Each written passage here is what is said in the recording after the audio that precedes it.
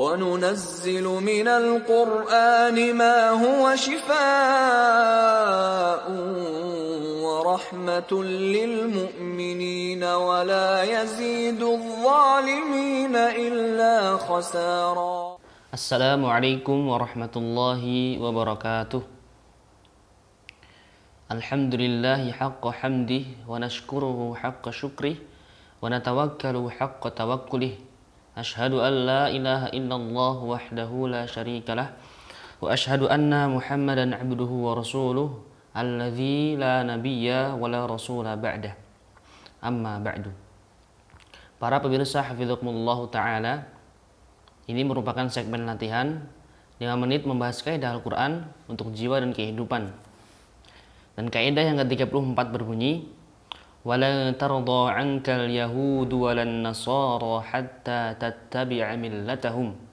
Yang artinya, dan orang-orang Yahudi dan Nasrani tidak akan ridho kepadamu hingga kamu mengikuti agama mereka.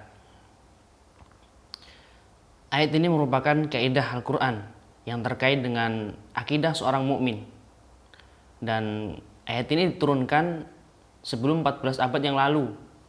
Namun kandungan maknanya masih terus baru dan relevan untuk orang-orang muslim sepanjang masa.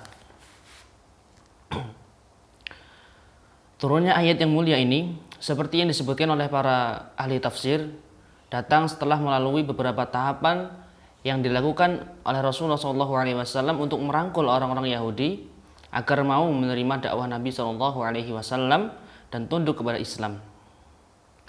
Namun yang perlu kita renungi di sini adalah terusan isi kaidah Al-Quran ini berupa ancaman bagi orang-orang yang mengikuti hawa nafsunya. Namun pertanyaannya, untuk siapakah ancaman ini?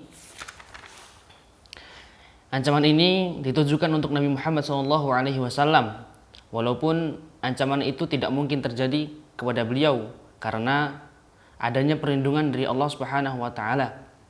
Allah Subhanahu wa taala mengatakan di ujung ayat ini, "Qul inna hudallahi huwal huda wa la in ittaba'ta ahwa'ahum ba'dal ladzi ja'aka minal ilm ma laka minallahi min waliyyin wa la nasir."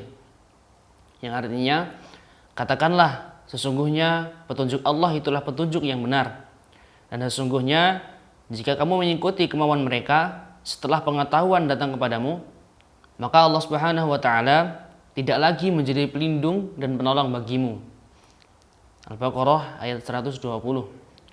Dan ketika peringatan ini diarahkan kepada Nabi Muhammad SAW, terus bagaimana dengan orang-orang yang hidup setelah beliau?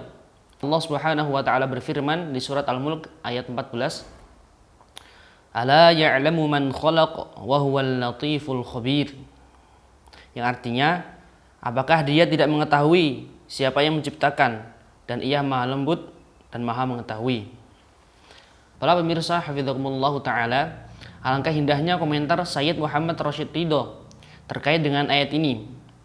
Ia mengatakan, ayat ini awal mulanya ditujukan kepada Rasulullah SAW. Ia menyingkap hakikat pemeluk dua agama di masa beliau atau di zaman beliau.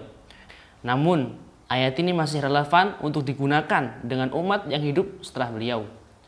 Para pemirsa hafizakumullah taala, apabila kita membuka lembaran-lembaran sejarah, maka kita akan menemukan sebuah jawaban yang membuat seorang mukmin percaya akan kaidah ini itu benar. Yang pertama, coba perhatikan siapakah pemberi racun kepada kambing yang pengaruh racun tersebut dirasakan oleh Rasulullah SAW sampai detik-detik beliau kembali ke haribaan Allah Subhanahu wa taala. Kemudian yang kedua, dan siapakah yang membunuh Khalifah Umar bin Khattab?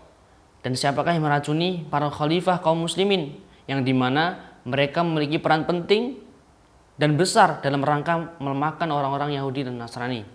Maka para pemirsa sekalian, kita memohon kepada Allah Subhanahu wa taala agar Allah Subhanahu wa taala mengokohkan kita dengan agama yang diridhoinya serta melindungi kita dari segala kezaliman dan kebodohan-kebodohan mereka. Mungkin hanya ini yang dapat kami sampaikan di dalam video ini. Semoga bermanfaat. Sampai berjumpa kembali di episode-episode setelahnya. Bitaufiqi wan najah. Wassalamualaikum warahmatullahi wabarakatuh. Rabbi habli hukman wa وألحقني بالصالحين